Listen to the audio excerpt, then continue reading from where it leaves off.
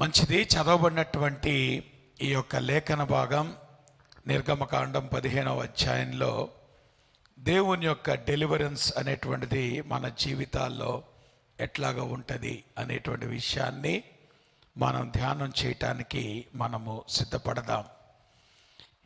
ఈ వాక్యం యొక్క కాంటెక్స్ట్ కనుక మనం చూసినట్లయితే అందరికీ తెలిసినటువంటి కాంటెక్స్టే. దేవుడు ఐగుప్తీయుల మీదకి ఆయన 10 రకాలైనటువంటి తెగుళ్లను ఆయన రప్పించి ఇశ్రాయేలీయులను ఆయన విమోచించి ఐగుప్తులోండి బయటకు తీసుకొని వచ్చాడు. 10వ తెగుల్లో జరిగినటువంటి విషయం ఏంటంటే, మరి ఎవరైతే తమ డోర్ పోస్ట్కి ఆ యొక్క రక్తముని వాళ్ళు రాశారో అదే తర్వాత పస్కా పండుగ అయింది. The day of pass over అని అంటారు. పాస్ ఓవర్ అనేటువంటి మాటకి ఏంటంటే మరణ దూత వారిని దాటుకొని వెళ్ళినటువంటి ఆ సందర్భం. కాబట్టి 10వ తెగులు జరిగిన తర్వాత మరి ఇశ్రాయేలీలు వారు అల్టిమేట్గా ఐగుప్తులో నుండి వారు బయటకు రావటం జరిగింది. ఆ క్రమంలో ఐగుప్తు యొక్క తొలిచూలు కుమారులందరూ కూడా వాళ్ళు చంపబడ్డారు. ఇశ్రాయేలీల యొక్క తొలిచూలు కుమారుల మీదకి ఆ యొక్క దేవుని యొక్క తీర్పు రాకుండా వాళ్ళ ద్వారబంధాలకి ఆ రక్తము అనేటువంటిది అది పూయబట్టాన్ని బట్టి వాళ్ళు విమోచించబడ్డారు. కాబట్టి వాళ్ళు సంతోషముతో బయటకు వచ్చినటువంటి సందర్భాన్ని మనము ఈ యొక్క లేఖన భాగంలో మనం చదివాం. నిజానికి నిర్గమకాండము అనేటువంటి ఈ పుస్తకము ఇశ్రాయేలు ఒక జనాంగముగా ఎట్లాగా ఆవిర్భవించింది. ఎందుకంటే ఆది కాండంలో మనం చూస్తే దేవుడు అబ్రహామును పిలుచుకున్నాడు. అబ్రహాము తర్వాత దేవుడు ఇస్సాకును పిలిచాడు. ఇస్సాకు తర్వాత యాకోబును పిలిచాడు. యాకోబు యొక్క 12 మంది కుమారులను దేవుడు ఆయన విస్తరింపజేశాడు. వాళ్ళందరూ ఐగుప్తులో దాదాపు 430 సంవత్సరాలు వాళ్ళు ఐగుప్తులో ఉన్న తరువాత వాళ్ళు ఒక జనాంగముగా విస్తరించారు.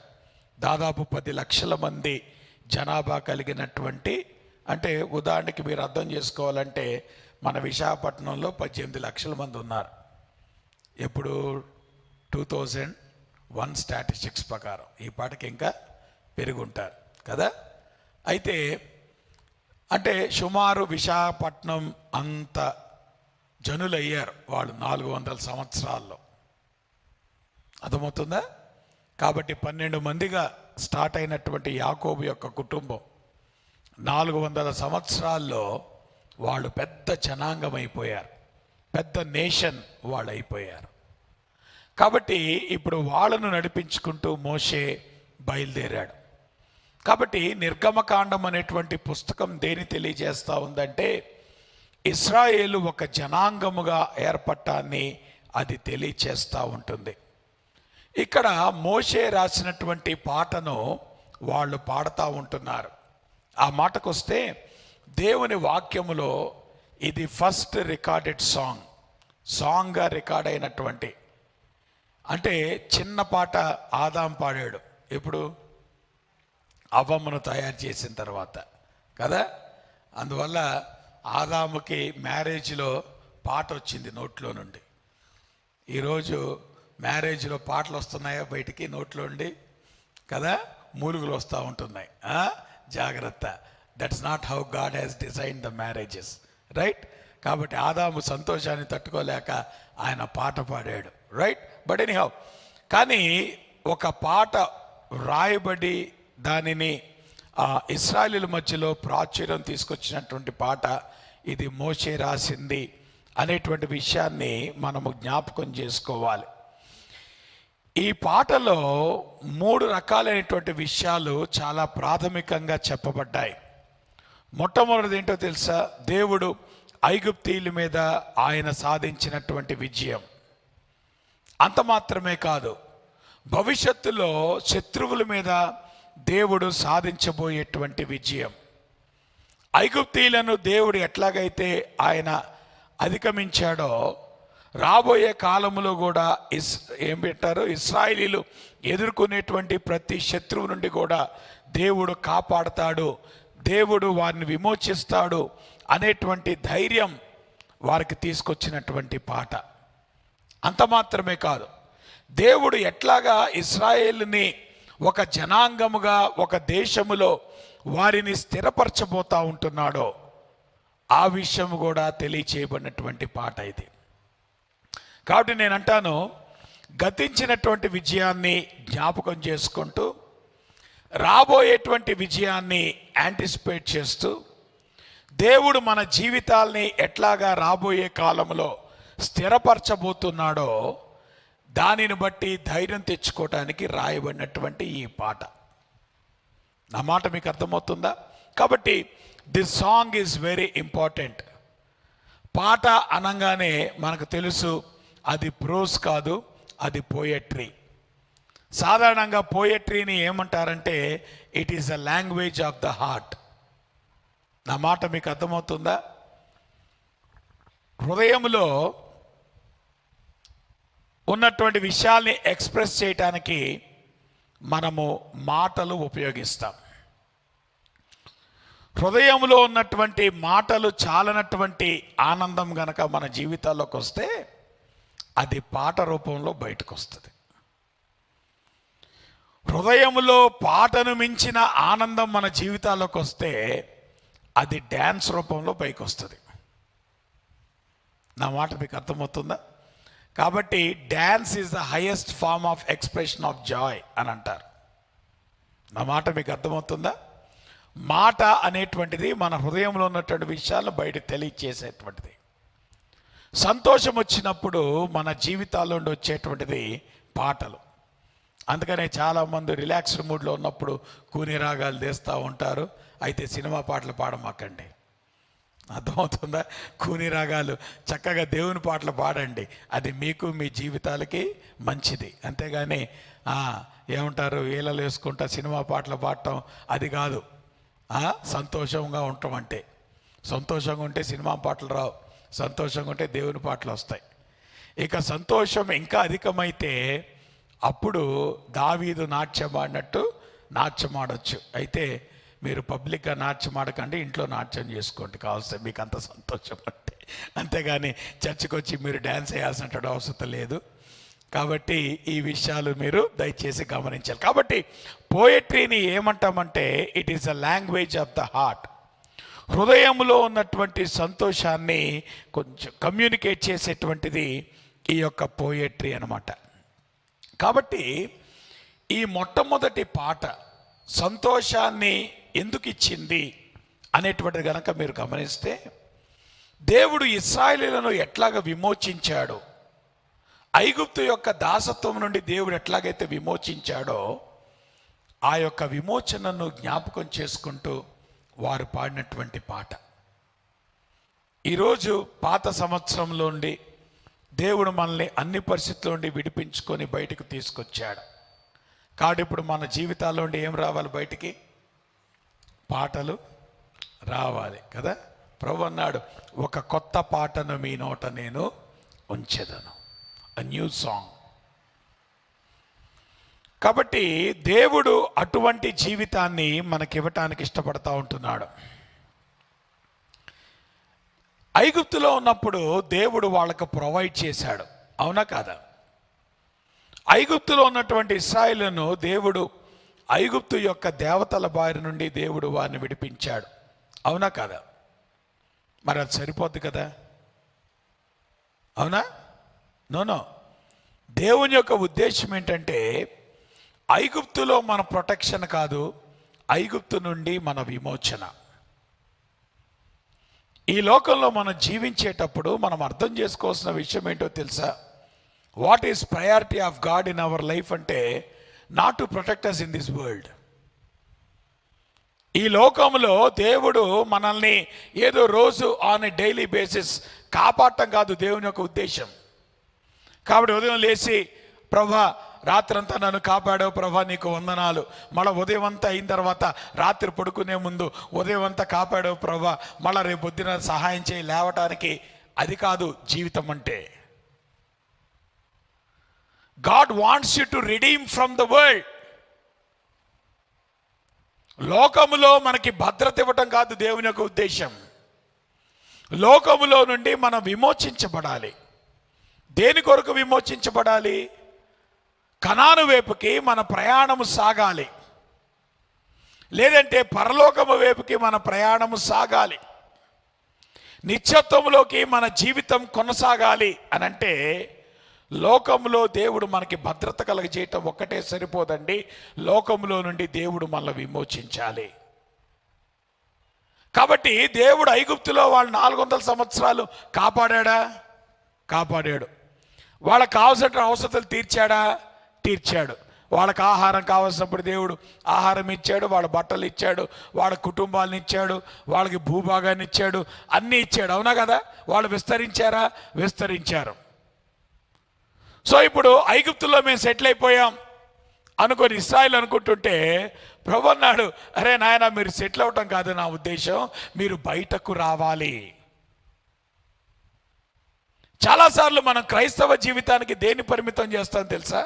For protection of God in this world. కాబట్టి ఉదయం నన్ను కాపాడేవయ్యా నీకు వందనాలు, రాత్రి నన్ను కాపాడేవయ్యా నీకు వందనాలు. ఇంక అదేనా జీవితం అంతా? ఉదయం కాపాడతాడు, రాత్రి కాపాడతాడు, మళ్ళీ ఉదయం కడతాడు, రాత్రి కాపాడతాడు. ఇక సంవత్సరాలు దొరికిపోతున్నాయి. ఇంక అదేనా జీవితం అంటే? ఇక అంతకు మించి మనకేం ఆలోచన రాదా? అంతకు మించి మనం ఇంకేం ఆలోచించలేమా? అంటే ఈ లోకంలో మనం సెటిల్ అయితే సరిపోతుందా? ఈ లోకంలో దేవుడు మనకు కావాల్సి ఇస్తే సరిపోతాయా? ఈ లోకంలో దేవుడు మనకి భద్రత ఇస్తే సరిపోద్దా? సంవత్సరం అంతా మమ్మల్ని కాపాడాయో నీకు వందనాలు, నూతన సంవత్సరం ఇచ్చావు అంటే సరిపోద్దా? God wants to do more.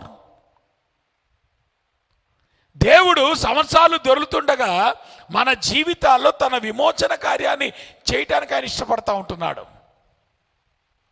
కేవలం దేవుని యొక్క కాపుదలో, లేదంటే దేవుని యొక్క పోషణ, దాంతో నేను సాటిస్ఫై అయిపోతే ఎట్లాగా? అందుకని ఫరోతో ప్రభు అంటాడు, ఇశ్రాయేలును విడిపించు. దేని కొరకు? తమ దేవునిని ఆరాధించటానికి. ఫరో అడిగాడు, ఏమయ్యా ఆరాధించడానికి మీరు బయటికి వెళ్ళాలా?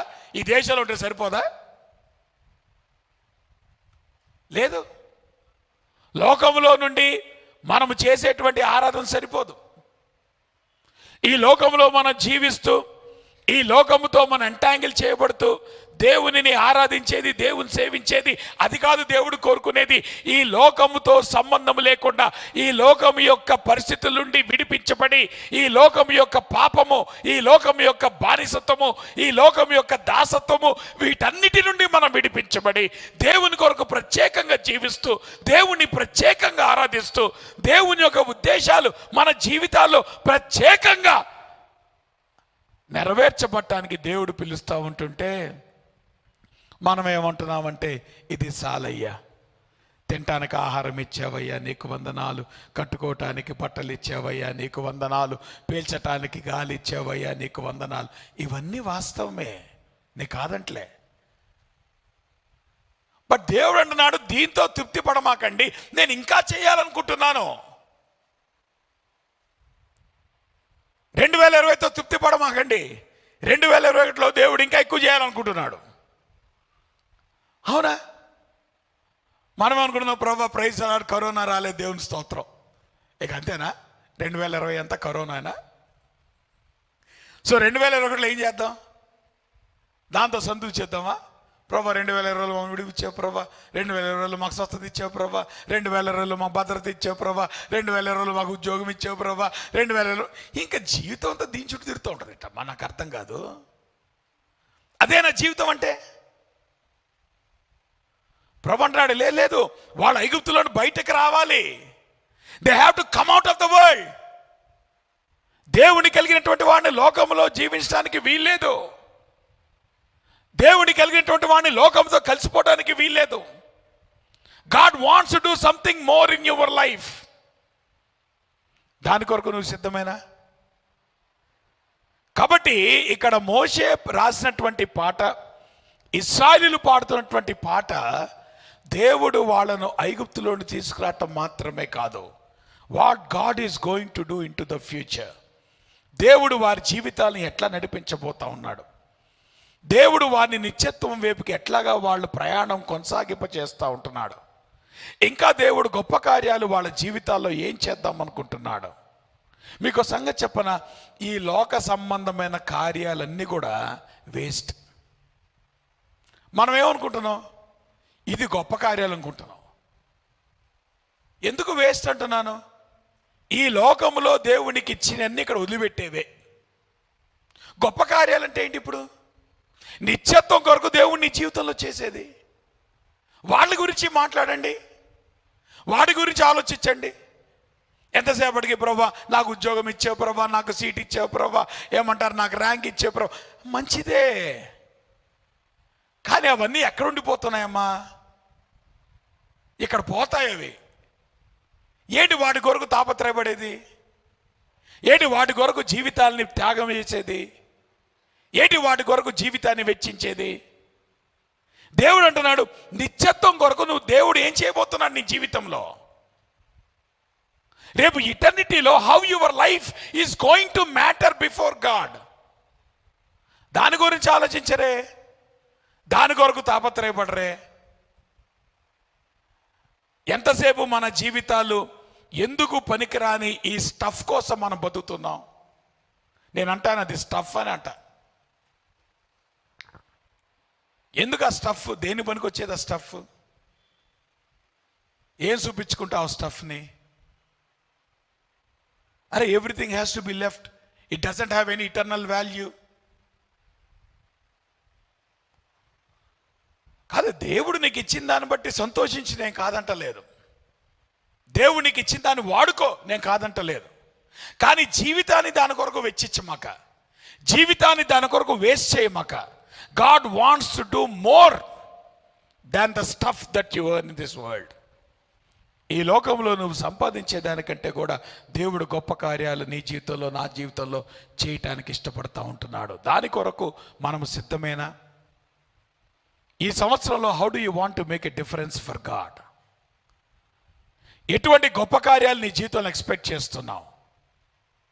నిత్యత్వానికి తగినటువంటి గొప్ప కార్యాలు నీ జీవితంలో ఏది ఎక్స్పెక్ట్ చేస్తున్నావు? How do you want to make a difference for the Kingdom of God?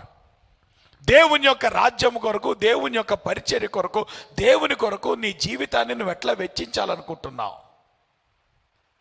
కేవలం ఈ లోకంలో విషయాలను బట్టి తృప్తి పడేటువంటి జీవితాలుంటే అంతకంటే దౌర్భాగ్యం లేదు. హిస్టారికల్గా మనం గనక గమనిస్తే ఇది మోషే యొక్క తండ్రి యొక్క సమాధి. ప్రపంచంలో it is the longest tomb in the world. బహుశా మరి మోషే తన తండ్రిని బాగా ప్రేమించడం మనకు తెలియదు కానీ, but somehow this tomb was built the longest tomb in this world.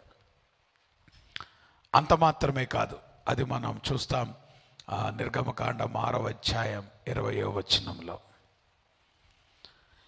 ఇది ఎర్ర సముద్రం. గూగుల్ ఎర్త్లో గనక మీరు చూస్తే ల్యాండ్ ఆఫ్ గోషేన్, అక్కడ ఇస్రాయిల్ యొక్క యాత్ర ప్రారంభమైంది. వాళ్ళ యొక్క నిర్గమము, the exodus of Israel it started. అక్కడ నుండి వాళ్ళు ఇక్కడికి వచ్చారు. గల్ఫ్ ఆఫ్ అకీబా అని అంటారు. అక్కడ బహుశా ఇస్రాయిలీలు వాళ్ళు ఎర్ర సముద్రపు వాళ్ళు దాటి ఉండొచ్చు. అంటే వాళ్ళ ప్రయాణం ఎట్లా సాగింది అనేటువంటిది గనక మనం గమనిస్తే, గోషేనులో వారు ప్రారంభమయ్యారు, సుక్కోతు దగ్గరికి వచ్చారు. సుక్కోతు మీదుగా ఎర్ర సముద్రం యొక్క పాయను నువేబా బీచ్ అని అంటారు. బహుశా అక్కడే ఇస్రాయిలీలు దాటారేమో అని చాలామంది పురావస్తు శాస్త్రవేత్తలు నమ్మేటువంటి సత్యం. అది దాటుకొని వాళ్ళు ఆ యొక్క అరణ్యంలోకి, షీను అరణ్యంలోకి, లేదంటే ఆ యొక్క సీనాయి పర్వతం దగ్గరికి వాళ్ళ ప్రయాణం సాగించారు. ఇది హిస్టారికల్గా మనం ఆలోచిస్తే. ఆర్కియలాజికల్ ఫైండింగ్స్లో వారు కనుగొన్నది ఏంటో తెలుసా? బహుశా ఈ కొండ చర్యల మధ్యలో నుండి ఇశ్రాయేలీలు వాళ్ళు వచ్చుంటారు. ఎందుకంటే ఫరో రథముల సేనలు వాళ్ళను తరిమినప్పుడు ముందేమో సముద్రం ఉంది, వెనక్కి పారిపోవటానికి వాళ్ళకి అవకాశం లేదు. ఎందుకో తెలుసా? ఈ రూటు చాలా నేరోగా ఉంది. చూసారా, ఆ కొండల మధ్యలో ఉన్నటువంటి రూటు. బహుశా వాళ్ళందరూ కూడా ఆ బీచ్లోకి వచ్చి నిలబడిన తర్వాత ఇంకా ఫరో రథముల సేనలు వెనక నుండి తరుముకుంటా వస్తుంటే వెనక్కి వెళ్ళటానికి అవకాశం లేదు. ఇంకా వాళ్ళ ప్రయాణము ముందుకే కొనసాగాలి. అటువంటి పరిస్థితుల్లో దేవుడు ఇశ్రాయేలీయులకు గొప్ప అద్భుతాన్ని చేశాడు. కని విని ఎరునటువంటి గొప్ప కార్యం చేశాడు. నేనంటాను, గొప్ప కార్యాలంటే అవమ్మా. అర్థమవుతుందా? ఉద్యోగాలు రావటాలు, ప్రమోషన్లు రావటాలు అవి కాదు గొప్ప కార్యాలంటే. అవి మామూలు కార్యాలు ఎవరికైనా వస్తాయి. హిందూస్కి వస్తాయి, క్రిస్టియన్స్కి వస్తాయి. అవునా? అందరికి వస్తాయి, మన ఒక్కళ్ళకే రాదు. గొప్ప కార్యాలు అంటే ఏంటి? నీ జీవితంలో మాత్రమే దేవుడు చేసే కార్యాలు. ప్రత్యేకంగా దేవుడు నిత్యత్వం కొరకు నీ జీవితాన్ని ఆయన మౌళ్ళు చేస్తూ ఆయన చేసేటువంటి కార్యాలు. ఎటువంటి కార్యాలు? ఎర్ర సముద్రం చేల్చటం లాంటి కార్యాలు. That is a great miracle which God does in our life. ఈరోజు మనం అద్భుతాలని ఎంత చీపు చేసామంటే, మాకు జలుబు వచ్చిందండి, మాకు జ్వరం వచ్చిందండి, మాకు రోగం వచ్చిందండి. ఈ అద్భుతాలంటే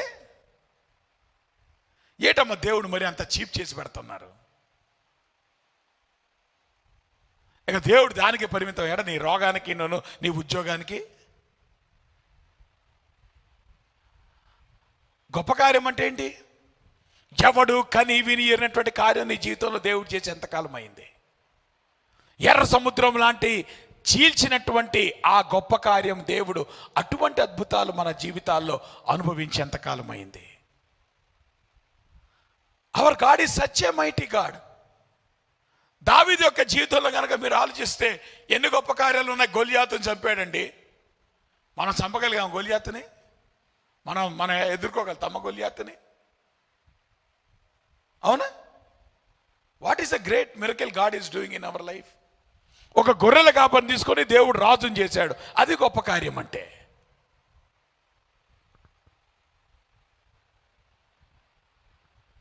యూనిక్గా దేవుడిని నడిపించడం, అది మనకు కావాలి. గొప్ప కార్యం అంటే అది.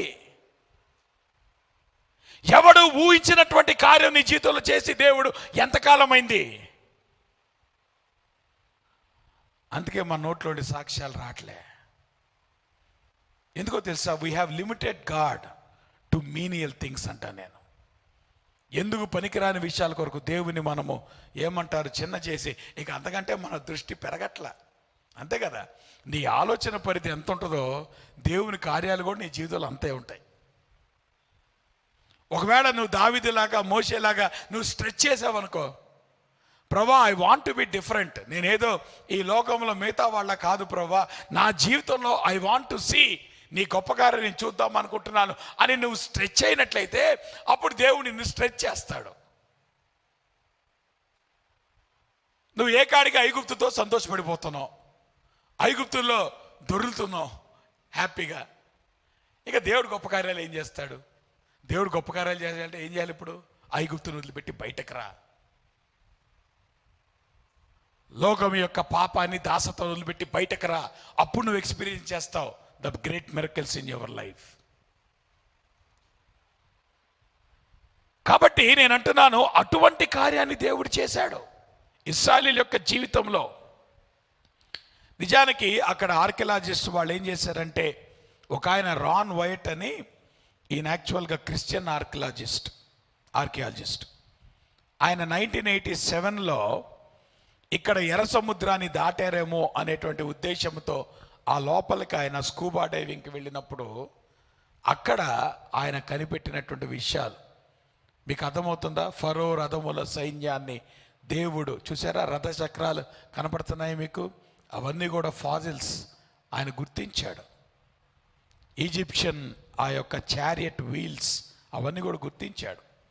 అవి ఫోటోలు తీసుకొని బయటకు వచ్చి అప్పుడు ఇదిగో బిబ్లికల్ స్టోరీ ఈజ్ ట్రూ. చాలామంది ప్రభు ఎర్ర సముద్రాన్ని పాయలు చేసిన దాని అద్భుతాన్ని నమ్మరు. అందుకని ఆయన అన్నాడు, లేదు ఇది నిజంగా జరిగినటువంటి సంఘటన. కాబట్టి ఆ యొక్క ప్రాంతంలో ఏమంటారు, వీల్ రింగ్స్ని కానీ, తర్వాత ఏమంటారు ఆ అవశేషాలని, ఆ ఫాజిల్స్ని ఆయన చాలా కనుక్కున్నాడు ఆ ప్రాంతంలో. కాబట్టి నేను అంటున్నాను, దేవుడు చేసినటువంటి ఈ యొక్క మిరకిల్ ఏదైతే ఉందో దట్ ఈస్ ట్రూ అనేటువంటి విషయం మనం అర్థం చేసుకోవాలి. అయితే ఈ 11 వచనాల్లో నేను ప్రధానంగా 3 విషయాలు మీ దృష్టికి నేను తీసుకొని రావడానికి ఇష్టపడుతున్నాను. మొత్తం 11 వచనాలను వివరించాలంటే టైం సరిపోదు, కానీ at least I want you to think about 3 aspects. ఏంటి ఆ 3 విషయాలు అనేటువంటిది కనుక గమనిస్తే, మొట్టమొదటిది, who is your real enemy? ఈ లోకములో నీ శత్రువు ఎవరు? 15వ అధ్యాయం 3వ వచనంలో వాళ్ళు పాట పాడతారు, యెహోవా యుద్ధశూరుడు. దేవుడు యుద్ధము చేయాల్సినటువంటి అవసరం ఎందుకు వస్తుంది? అవునా? యుద్ధశూరుడు అంటే దాని అర్థం ఏంటి? He is a warrior. దేవుడు యుద్ధము చేయాల్సినటువంటి అవసరం ఎవరికి వస్తుంది? ఎందుకు వస్తుంది? Is there a need? లోకములో పాపము ప్రవేశించిన దగ్గర నుండి కూడా ఈ పోరాటము ప్రారంభమైంది. ఎవరికి మధ్యలో? దేవునికిను అంధకార శక్తులకి మధ్యలో ఈ పోరాటము ప్రారంభమైంది. కాబట్టి రియల్ ఎనిమీ ఎవరంటే ఫరో రథ సేనలు కాదు. ఫరో రథ సేనల వెనకాల సాతాను యొక్క కుతంత్రం, పాపము యొక్క ప్రభావం, శాపము యొక్క ఏమంటారు కాన్సిక్వెన్సెస్. సో ఇప్పుడు దేవుడు ఎవరితో యుద్ధం చేస్తున్నాడు? ఈరోజు క్రైస్తవుడు ఎవరితో యుద్ధం చేయాలి? కనపడేటువంటి నీ తోటి వ్యక్తితో కాదు, కనపడనటువంటి శత్రువు ఉన్నాడు. He is the real enemy. అందుకనే ప్రభువు ఆయన యుద్ధము చేస్తూ ఉంటున్నాడు. ఎందుకో తెలుసా? ప్రభువు చేసేటువంటి యుద్ధము ఇది కేవలము ఈ లోకములో నీ జీవితానికి సంబంధించింది మాత్రమే కాదు, ఇంకా నిత్యత్వము కూడా ఉంది. నీ మరణము తరువాత దానిని నువ్వు ఎట్లా ఫేస్ చేయబోతున్నావు? కాబట్టి నువ్వు నిత్యత్వము దేవునితో ఉండాలంటే దేవుడు నీ పక్షంగా యుద్ధం చేయాల్సిందే. కాబట్టే ఆదాము పాపము చేసినది మొదలుకొని ప్రభు యొక్క 2వ రాకడ వరకు కూడా ఎనిమి అనేటువంటి వాడు, సాతానుగాడు, he is very active in this world. కాబట్టి ఇప్పుడు దేవుడు పోరాటము చేస్తున్నాడు. దేని కొరకు? మన జీవితాల్లో శత్రువు యొక్క బారి నుండి మనం విడిపించబడి నిత్యత్వంలోకి మనం ప్రవేశించడానికి కావాల్సినటువంటి పోరాటాన్ని ప్రభు పోరాడుతూ ఉంటున్నాడు. కాబట్టి ఈ యుద్ధము చిన్న విషయం కాదు. ఈ లోకములో మన పోరాటము చిన్న విషయం కాదు. మరి ఒకవేళ దేవుడు యుద్ధశూరుడైతే ఆయనకున్నటువంటి ఆయుధాలేంటి? అవునా? ఈ లోకంలో ఒక సైనికుడు ఉన్నాడు అనుకోండి, వానికి ఏం ఆయుధాలు ఉంటాయి? ఒక కత్తి, ఒక డాలు, ఒక ఈట, ఇట్లాంటి ఆయుధాలు వానికి ఉంటాయి. మరి దేవుడే ఆయన యుద్ధశాలి అయితే, యుద్ధ వీరుడైతే, యుద్ధ శౌరుడైతే, ఇప్పుడు ఆయనకు ఉన్నటువంటి ఆయుధాలు ఏంటంటే, వాళ్ళు అంటారు ఆయన ఆయుధం ఏంటి తెలుసా? గాలి, సముద్రం ఆయన చేతిలో ఉన్నటువంటి ఆయుధాలు. కాబట్టి ఫరో రథ సేనలు ఎప్పుడైతే ఇశ్రాయేలీయుల మీదకి వచ్చాయో దేవుడు ఏం చేశాడు? గాలిని రప్పించాడు, సముద్రాన్ని చీల్చాడు, ఆ సముద్రములో ఫరో రథ సేనల్ని ముంచివేశాడు. నా మాట మీకు అర్థమవుతుందా? అంటే 10 రకాలైనటువంటి తెగుళ్ళు ఐగుప్తు మీద తీసుకొచ్చినంత మాత్రం చేత ఇశ్రాయేలీయుల విమోచన కంప్లీట్ అయ్యిందా అంటే కంప్లీట్ కాలే.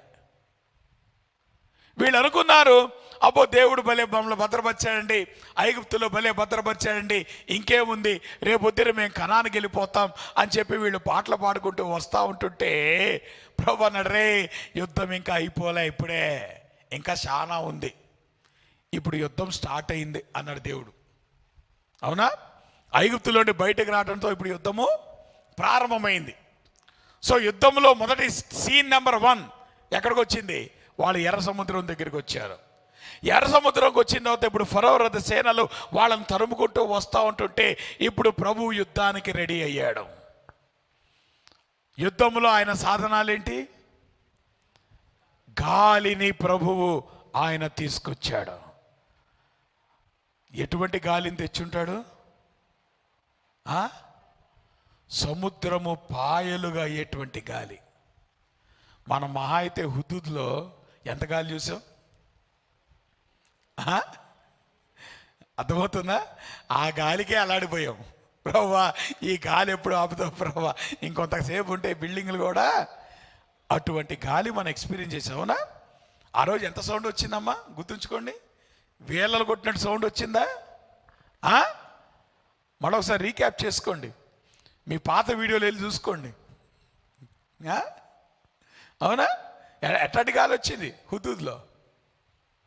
కానీ హుదూద్లో ఉన్నటువంటి గాలికి సముద్రం పాయలైపోయిందా? సముద్రం డిస్టర్బ్ అయింది అంతే. అలలు లేచి కింద పడ్డాయి.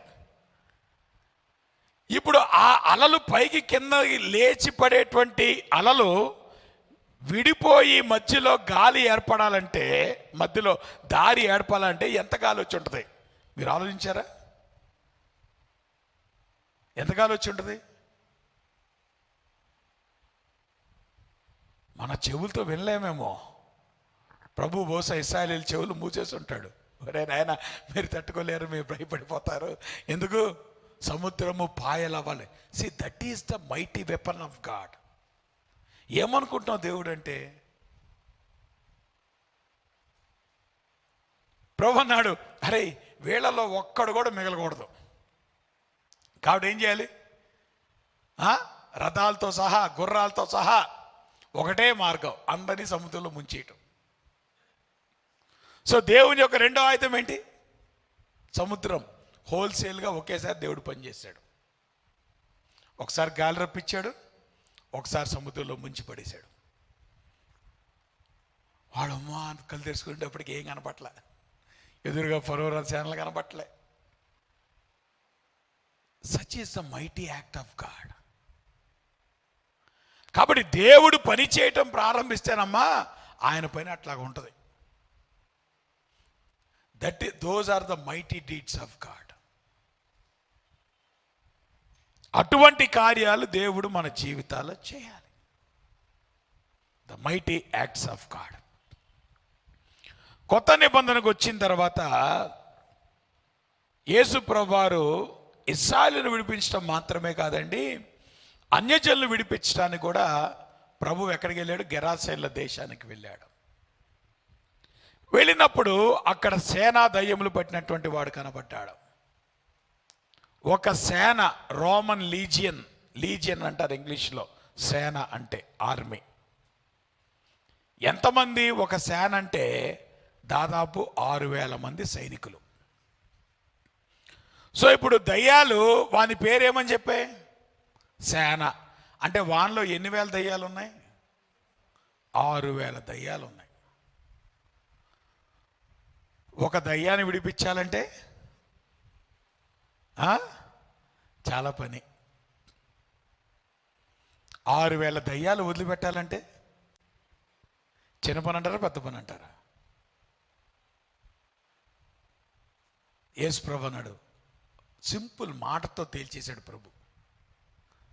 అదమ్మా దేవుని యొక్క శక్తి అంటే. బయటికి రా అన్నాడు అంతే, సింపుల్గా. మొత్తం 6,000 బయటకు వచ్చాయి. కానీ దయ్యాల యొక్క మిషన్ కంప్లీట్ అవ్వాల. అన్ని వేల దయ్యాలు ఆ వ్యక్తిలోకి ఎందుకు వెళ్ళాయి అనుకుంటున్నారు? వాడిని సేఫ్ గార్డ్ చేయడానిక? మాట్లాడరే. What is the mission of the enemy? నువ్వు సేఫ్గా ఉండాలనా? 6,000 దయ్యాలు వాడిని డిస్ట్రాయ్ చేయలేకపోయాయి. సో ఇప్పుడు ఎనిమీ యొక్క మిషన్ ఎప్పుడు కంప్లీట్ అవుతుంది? డిస్ట్రక్షన్ వస్తాయి కానీ. అప్పుడు దయ్యాలు అన్నాయి, ప్రభా మమ్మల్ని ఎడుగుడు నువ్వు పంపిస్తావు, వెనక్కి మమ్మల్ని బంధించేస్తావు, మరి మాకు మా పని ఉండాలి కదా. ఏంటా పని? డిస్ట్రక్షన్ మా పని. ఎన్ని సంవత్సరాలు కాసుకున్నావు వీడి విషయంలో, వీడిని డిస్ట్రాయ్ చేయలేకపోయాం. సరే డిస్ట్రాయ్ చేద్దాం కూడా నువ్వు వచ్చేసావు, ఇంకా మా పని ఏమవుతుంది? కాబట్టి మా పని ఆగకూడదంటే ప్రభు అన్నాడు, సరే ఆ పందులో పొండు అన్నాడు. ఆ దెబ్బతో 6,000 దయ్యాలు 2,000 పందుల్లోకి వెళ్తే ఇంకేమవుతుంది కథ? అవునా? ఏం డిస్ట్రాయ్ అయిపోయింది ఇప్పుడు? మానవుని యొక్క డబ్బు పిచ్చోళ్ళం కదా మనం అంటాం, అదేంటి ప్రభా ఒక్క వ్యక్తిని రక్షించడానికి 2000 పందులు చంపేయాలా? అవునా? ప్రభు అంటున్నాడు, రే ఆ 2000 పందులు కనుక చచ్చిపోతే ఇప్పుడు ఎవరు చచ్చిపోతారు? ఆ ఒక్క మనిషి చచ్చిపోతాడు. చూసారా దేవుని యొక్క క్యాలిక్యులేషను? ఏది బెటర్? నువ్వు బతకడం బెటరా, నీ ఆస్తి బతకడం బెటరా? నువ్వు బతకడం బెటరా, నీ ఉద్యోగం బతకడం బెటరా? మనం అంటాం, ప్రభా ఏమో నా ఉద్యోగం నా ఆస్తి నేను వదిలిపెట్టాను ప్రభా. రేదే చాయిస్ నీదే, అంతేనా? నువ్వు లేకపోయిన రోజున నీ ఆస్తిని ఏం చేసుకుంటావు? నువ్వు ఉంటే కదా ఆస్తిని అనుభవించేది. నువ్వు ఉంటే కదా ఈ లోకంలో ఉన్న వస్తువులు అనుభవించడానికి. You need to understand such is the power of the enemy. కాబట్టి ఇప్పుడు చెప్పండి, మనకు ఎటువంటి దేవుడు ఉన్నాడు? యుద్ధ సూర్యుడైనటువంటి యెహోవా. ఆయన ఎటువంటి కార్యాలు చేస్తాడు? శత్రువు యొక్క బారి నుండి నిన్ను నన్ను విడిపించడానికి దేవుడు పోరాటం చేస్తూ ఉంటున్నాడు. కాబట్టి ఆ రోజు సేనా దయ్యాల్ని దేవుడు వెళ్ళగొట్టినప్పుడు కానీ, ఇశ్రాయేలీయుల విషయంలో దేవుడు కార్యం చేసినప్పుడు కానీ 3 విషయాలు దేవుడు ఆ రోజు నేర్పించాడు ఇశ్రాయేలీయులకి. మొట్టమొదటి ఏంటో తెలుసా?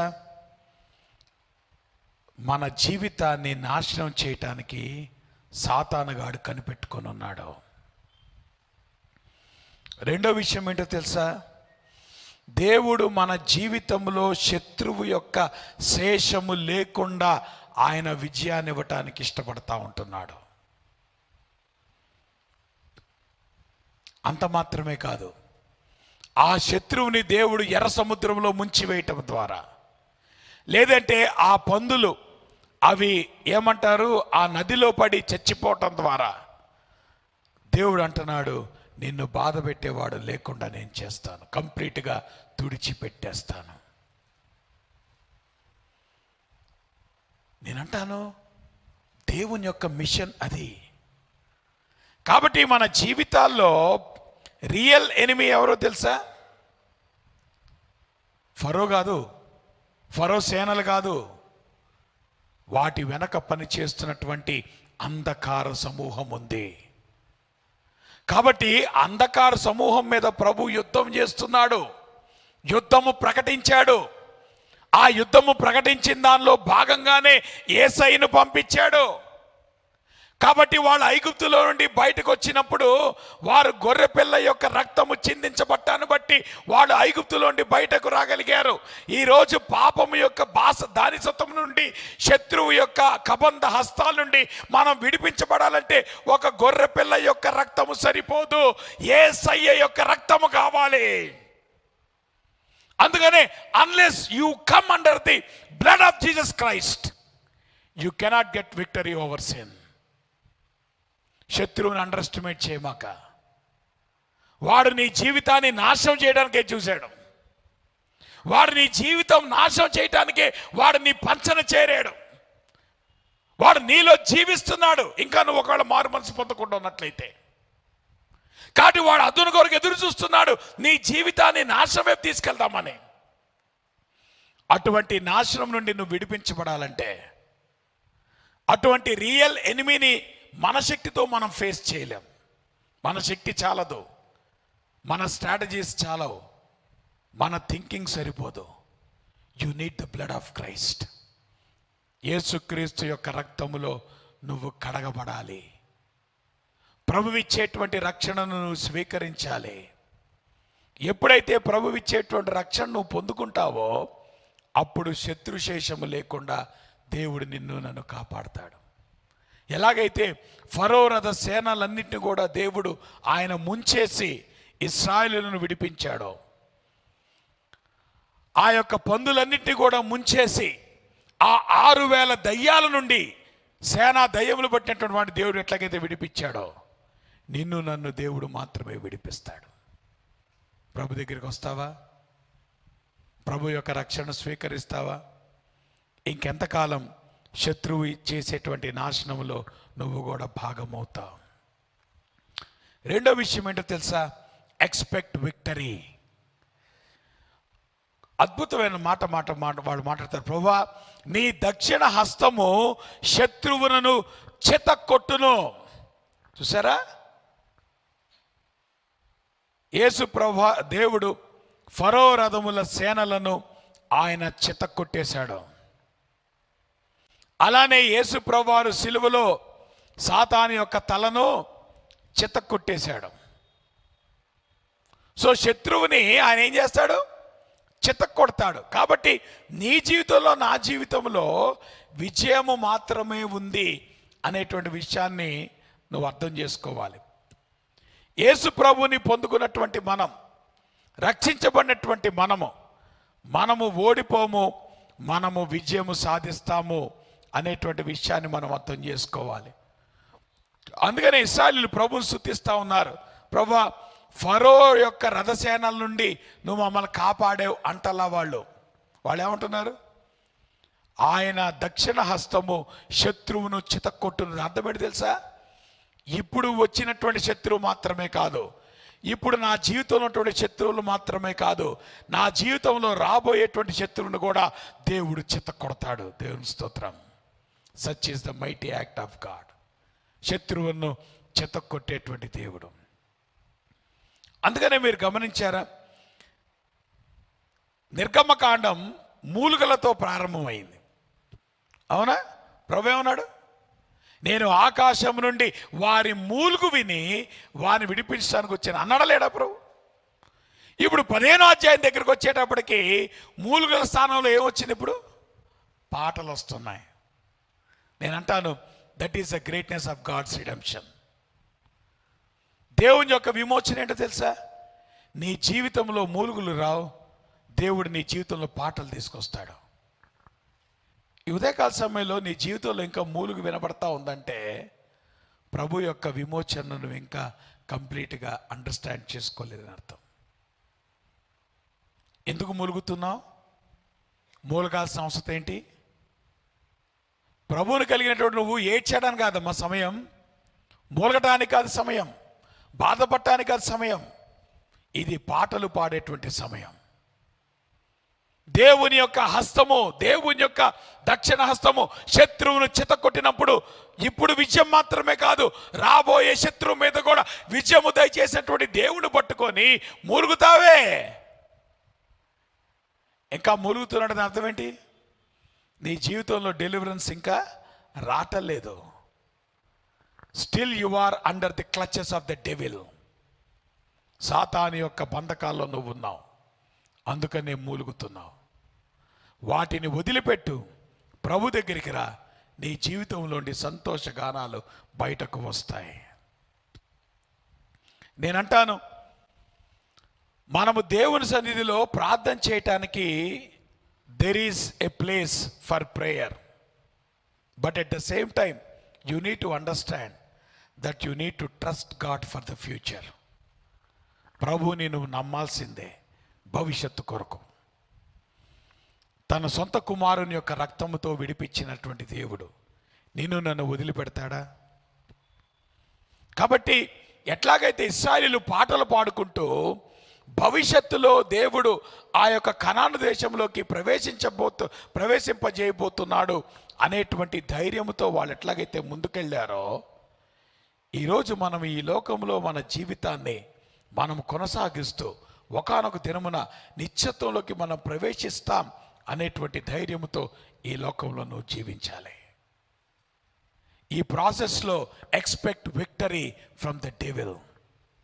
ఎందుకో తెలుసా? ప్రభు ఆల్రెడీ శత్రువుని చితక్కొట్టేశాడు. నువ్వు నేను చితక్కొట్టాల్సిన అవసరం లేదు. నువ్వు వచ్చి సాతానా పో అని అంటాడు, పోడు, ఆడు తెస్టేసుకొని కూర్చుంటాడు. ఎందుకో తెలుసా?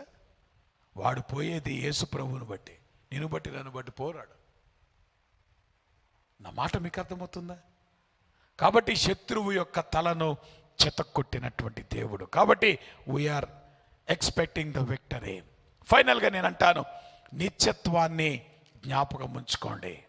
భవిష్యత్తులో దేవుడు ఆయన యొక్క నిత్యత్వం, యెహోవా వేల్పులలో నీ వంటి వాడెవడు, పరిశుద్ధతను బట్టి నీవు మహనీయుడవు, స్తుతి కీర్తనలు బట్టి నువ్వు పూజ్యుడవు, అద్భుతములు చేయువాడవు, నీ వంటి వాడేవాడు. అర్థం తెలుసా? Lord you are unique. దేవా నీ వంటి వాడు ఎవడు లేడు. మోషే రాసినటువంటి ఈ పాట దేవుని వాక్యంలో అట్లీస్ట్ 3 సందర్భాల్లో ఈ పాటను వాళ్ళు పాడారు. మీరు కావలిస్తే నోట్ చేసుకోండి. 118వ కీర్తనలో ఈ పాట మనం చూస్తాం. పాటలో ఉన్నటువంటి భాగం 118వ కీర్తన 14వ వచనం. ఎప్పుడో తెలుసా? ఇశ్రాయేలీలు వాళ్ళు చెరలోండి బయటకు వచ్చి ఎజ్రా యొక్క నాయకత్వంలో మందిరాన్ని వాళ్ళు కట్టారో అప్పుడు వాళ్ళు ఇదే పాటను వాళ్ళు పాడారు. మొదటి సందర్భం. రెండో సందర్భం మనకి ఎక్కడ కనబడుతుందంటే యెషయా గ్రంథం 12వ అధ్యాయం 2వ వచనం. భవిష్యత్తులో ప్రభువు రాజుగా ఆయన భూమి మీద పరిపాలన చేయబోతున్నప్పుడు అక్కడ వాళ్ళు ఆ పాటను పాడినటువంటి సందర్భం మనం చూస్తాం. అలానే ప్రకటన గ్రంథం 15వ అధ్యాయం మొదటి 4 వచనాల్లో వాళ్ళు మోషే పాటను పాడారు అని మనం అక్కడ చూస్తాం. ఎప్పుడు తెలుసా? అన్యజనుల చేత యెరూషలేము తొక్కబడటం అనేటువంటి ఆ కాలము సంపూర్ణమైనప్పుడు, ప్రభు ఆయన రాకడలో రాబోయే ముందు ఇశ్రాయేలీలు ఈ పాటను పాడతారు. నేనంటాను, this song is very important. At least 3 ఇన్సిడెంట్స్లో నేనంటాను, మొట్టమొదటిగా ఐగుప్తులో నుండి వాళ్ళు బయటకు వచ్చినప్పుడు మోషే అనేటువంటి ప్రవక్త యొక్క నాయకత్వంలో వాళ్ళు ఈ పాటను పాడారు. బబులోను చెరలోండి బయటకు వచ్చిన తర్వాత దేవుని మందిరాన్ని కట్టినప్పుడు ఎజ్రా అనేటువంటి ఒక యాజకుని యొక్క నాయకత్వంలో వాళ్ళు ఈ పాటను పాడారు. భవిష్యత్తులో యెరూషలేము అన్యజనుల చేత తొక్కబడేటువంటి కాలము పరిపూర్ణమైనప్పుడు యేసు ప్రభువారు మెస్సయాగా ఇశ్రాయేలును విడిపించడానికి ఆయన రాబోతున్నటువంటి సందర్భంలో ఈ పాటను వాళ్ళు మళ్ళా పాడతారు. నా మాట మీకు అర్థమవుతుందా? ఒకటి ప్రవక్త, రెండోది యాజకుడు, మూడోది రాజు. ఈ 3 ఆఫీసర్స్ ఎవరికి ఉన్నాయి చెప్పండి? ఈ 3 కలిగినటువంటి వాడు ఎవరు? యేసు ప్రభు. ఆయన ప్రవక్త, ఆయన యాజకుడు, ఆయన రాజు.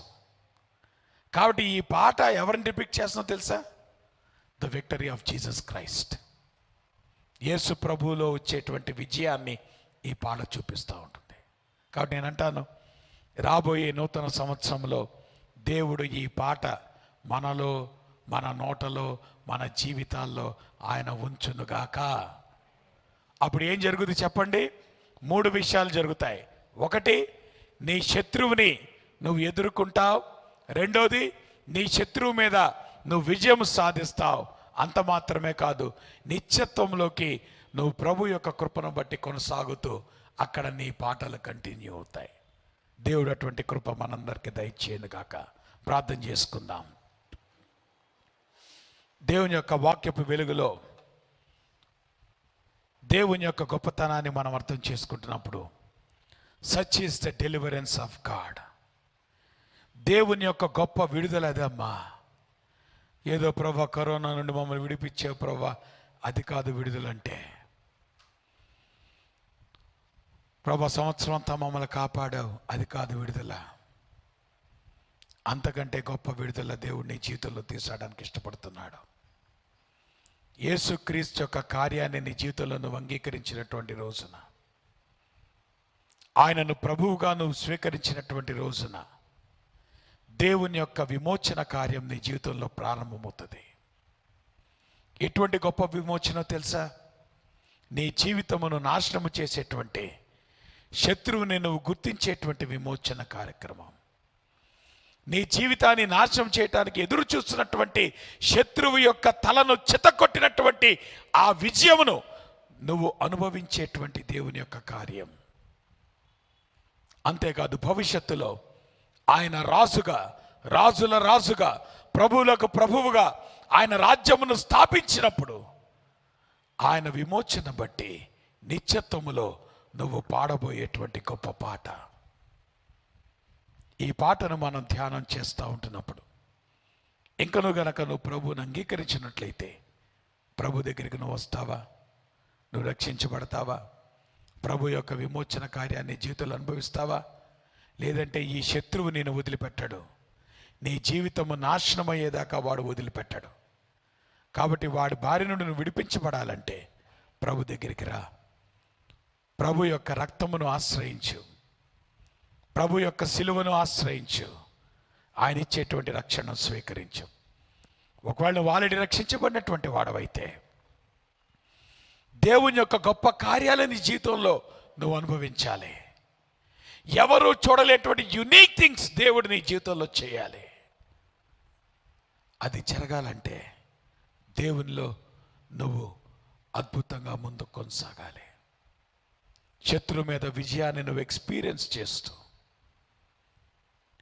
దేవుడు నీ జీవితంలో తీసుకొచ్చిన విజయం, దేవుడు నీ నోట్లో ఉంచేటువంటి పాట. ప్రభుని స్తుతిద్దామా? అందరూ లేచి నిలబడి ముగింపు ప్రార్థన చేసుకొని ఆశీర్వాదంతో సెలవు తీసుకుందాం. ప్రేమ కలిగిన మా ప్రభు, ఆమె యొక్క పరిశుద్ధ నామానికి స్తుతులు, స్తోత్రాలు, వందనాలు. ఉదయకాల సమయంలో నీ పాద సంధికి వస్తూ ఉంటున్నా. నీవు మహోన్నతుడైనటువంటి దేవుడు ప్రభా.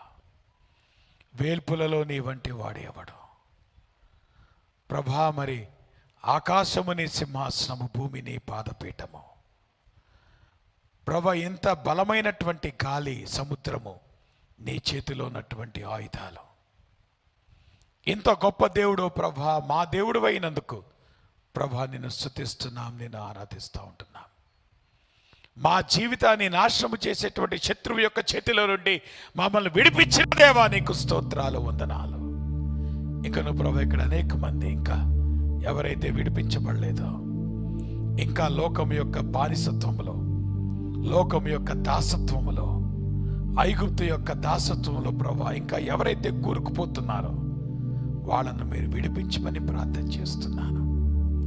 ఎవరైతే విమోచించబడ్డారో ప్రభా తమ జీవితాల్లో నీ యొక్క గొప్ప కార్యాలు అనుభవించడానికి, నీవిచ్చేటువంటి విజయాన్ని అనుభవించడానికి ప్రభా మరి నిన్ను స్తుతిస్తూ హృదయపూర్వకంగా ప్రభా నిన్ను గురించి పాడేటువంటి కృప ప్రతి ఒక్క కుటుంబానికి మీరు దయచేయండి. చేరొచ్చిన ప్రతి కుటుంబాన్ని మీరు దీవించండి. ఇంకా ప్రభా రాలేకపోయిన వారిని కూడా మీరు జ్ఞాపకం చేసుకోండి. ఆన్లైన్లో ఫాలో అవుతున్న వారిని మీరు జ్ఞాపకం చేసుకోండి ప్రభా. మా చుట్టూ ఉన్న పరిస్థితులు ఎటువంటివి అయినప్పటికీ కూడా ఇంకనూ ప్రభా మీరు మాకు వినిపిస్తున్న నీ వాక్యాన్ని బట్టి, మీరు మాకు ఇస్తున్నటువంటి నీ సన్నిధిని బట్టి, నేను ఆరాధించేటువంటి కృపను సంఘముగా మీరు మాకు ఇస్తున్నటువంటి విధానమును బట్టి నేను స్తుతిస్తూ ఆరాధిస్తూ మమ్మల్ని అందరినీ మీ కృపగల హస్తాలకు అప్పగించుకుంటూ తిరిగి మీ సన్నిధిలో మేము కూడుకున్న పర్యంతం మీ కృపాక్షేమం మాతో ఉంచమని యేసు నామములో ప్రార్థిస్తూ ఉన్నాం తండ్రి. పరలోకమందున్న మా తండ్రి, మీ నామం పరిశుద్ధపరచబడుగాక, మీ రాజ్యం వచ్చునుగాక, మీ చిత్తం పరలోకం నెరవేరునుగాక. మా నిరాహార మాకు దయచేయండి.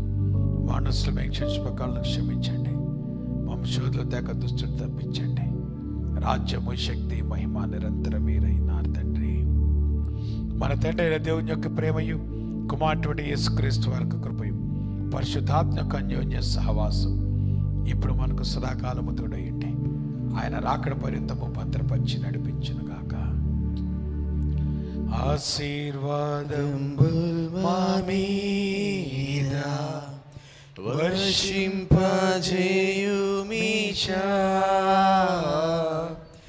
ఆశతో నమ్మియున్నాము నీ సత్య వాగ్దాతము. ఏ మాహిమీరా కృమ్మరించుము దేవా, క్రమార ప్రేమ వర్షము కృమ్మరించుము దేవా.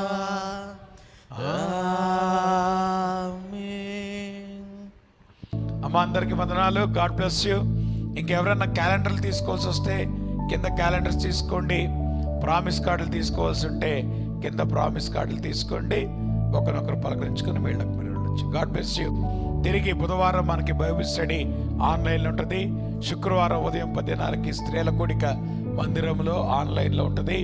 అలానే శనివారం మనకి ప్రేయర్ ఫెలోషిప్ రాత్రి 7:30కు ఉంటుంది. తిరిగి ఆదివారం మనకి మార్నింగ్ ఆరాధన, ఈవినింగ్ యవనస్తుల కూడిక 2 కూడా ఉంటాయి. God bless you.